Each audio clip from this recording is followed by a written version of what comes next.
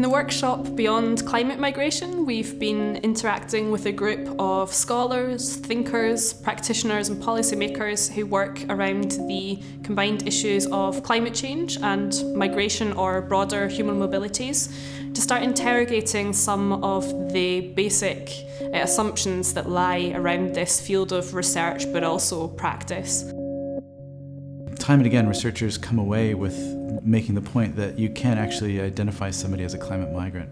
And yet there's this persistent need to talk about the climate migrant. So for me, this whole issue area comes down to a question of desire, right? A desire or a need to talk about a thing that really escapes us, right? What do we mean by migrant as opposed to a non-migrant? Do we say you have to move a mile, 100 miles? Do you have to cross international borders to be a migrant? Do you have to travel a day, a week, a year? It's arbitrary where you draw the line. And as a consequence, where you draw the line is always political.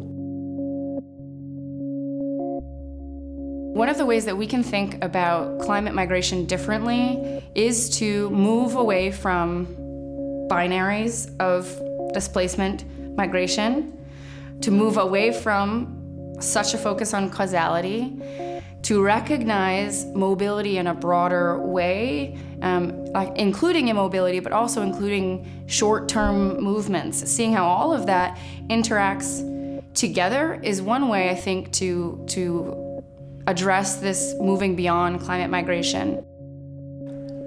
Moving beyond climate migration can help us to open new venues of thinking on progressive local response, both to convoluted stresses of climate change and migration, not necessarily handling it as a causal relationship, but kind of responding progressively both to the challenges of climate change and challenges of migration. This is a very policy-driven field.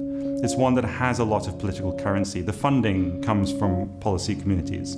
And so academics often are given their frame of reference and indeed their questions by an applied policy-oriented community. And I think therefore academics have a very important role to play in helping policymakers choose the questions which are efficacious and effective, but also efficient.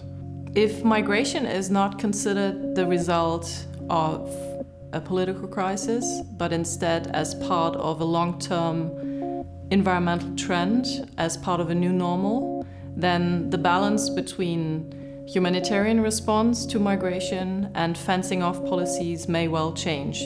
And this is a reason why I think that we need to move beyond the term and the concept of climate migration.